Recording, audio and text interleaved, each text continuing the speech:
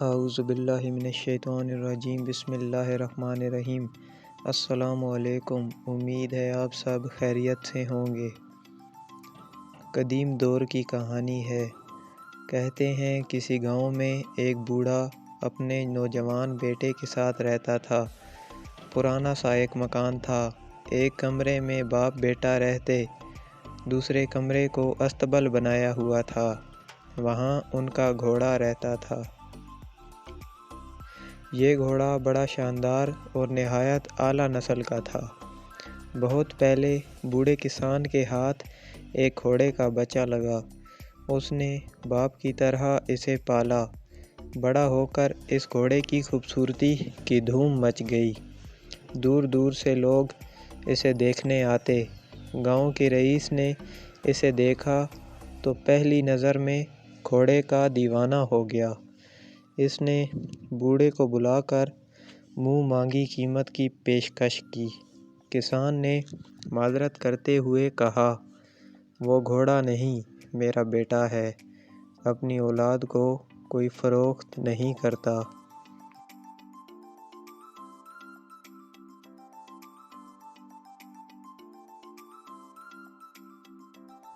اور بھی لوگوں نے خریدنے کی کوشش کی، سب ناکام رہے۔ گاؤں کے کچھ سمجھدار لوگوں نے بوڑھے کو سمجھایا کہ تم غریب آدمی ہو، ایسے اعلیٰ نسل کے گھوڑے کو کتنی دیر تک سنبھال کر رکھ لو گے؟ اچھی قیمت مل رہی ہے، بیچ ڈالو۔ کہیں ایسا نہ ہو کہ کوئی یہ گھوڑا چرا کر لے جائے۔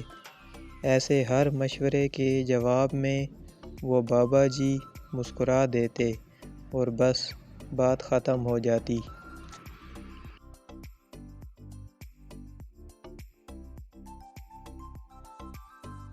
ایک دن بوڑھا کسان اور اس کا بیٹا حسب معمول صبح اٹھے تو دیکھا کہ ساتھ والے کمرے کا دروازہ کھلا اور گھوڑا غائب ہے۔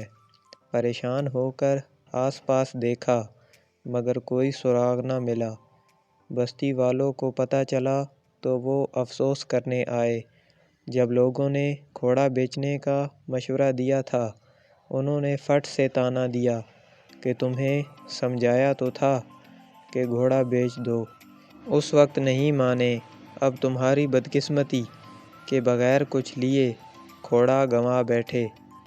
کسان یہ سب باتیں سنتا رہا، پھر بڑے اطمینان سے بولا، بھائیو، تمہاری بڑی مہربانی کہ میرے پاس آئے، اپنی ہمدردی کا اظہار کیا، مگر مجھے یہ بات سمجھ نہیں آئی کہ اس میں بدقسمتی کہاں سے آ گئی۔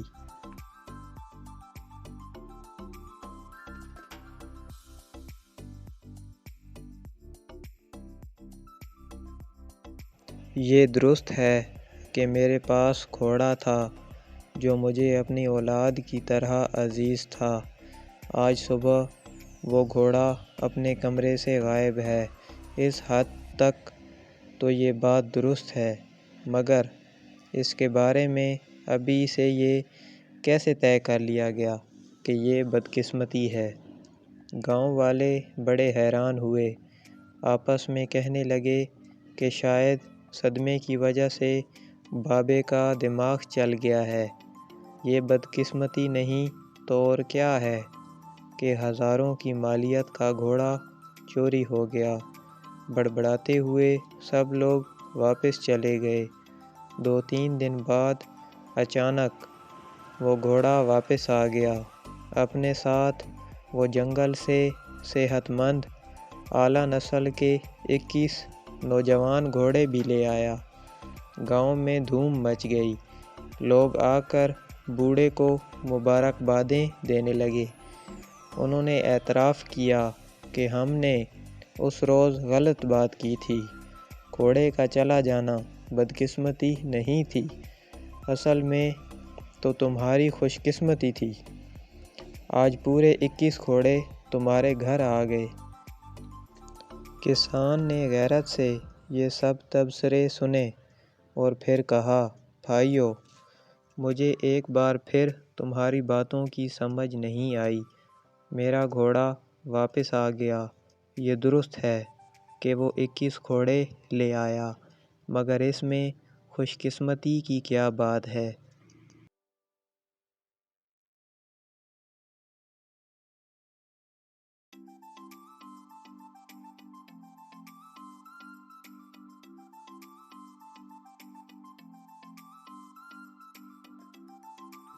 گاؤں والے یہ سن کر اپنا سا منہ لے کر رہ گئے۔ چند دن گزر گئے۔ کسان کا بیٹا ان جنگلی گھوڑوں کو سدھانے کی کوششوں میں مصروف تھا۔ ایک دن ایک سرکش گھوڑے نے اسے ایسی پٹخی دی کہ اس کی ٹانگ ہی ٹوٹ گئی۔ طبیب نے دیکھا بھالا اور 3 مہینوں کے لیے بستر پر آرام کی ہدایت کی۔ ایک بار پھر گاؤں امڑ آیا۔ ہر ایک نے بوڑھے کے ساتھ ہمدردی کی۔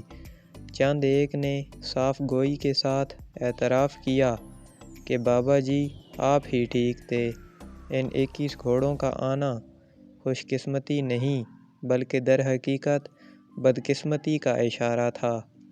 آپ کا اکلوتا سہارا نوجوان بیٹا زخمی ہو گیا، نہ جانے اس کی ٹانگ درست طور پر جڑتی بھی ہے یا نہیں۔ آپ بوڑھے بندے ہو، تمام کام کاج بیٹا کرتا تھا، اب مشکل ہوگی۔ آپ کی قسمت خراب ہے کہ ایسا ہو گیا۔ بوڑھے کسان نے یہ سن کر ٹھنڈی سانس بھری اور قدرے جھنجھلاہٹ کے ساتھ کہا، یارو، ہر واقعے میں خوش قسمتی یا بدقسمتی نہ ڈھونڈ لیا کرو۔ جو بات جتنی ہے اتنی ہی بیان کرو۔ اتنی قطعیت سے یعنی جلد بازی سے کوئی فیصلہ کن رائے نہ دیا کرو۔ میرا بیٹا گر کر ٹانگ تڑوا بیٹھا، اس حد تک تو تمہاری بات درست ہے، باقی خوش قسمتی یا بدقسمتی کا حتمی فیصلہ ابھی ہونا باقی ہے۔ قدرت ہی اس کے بارے میں بہتر جانتی ہے۔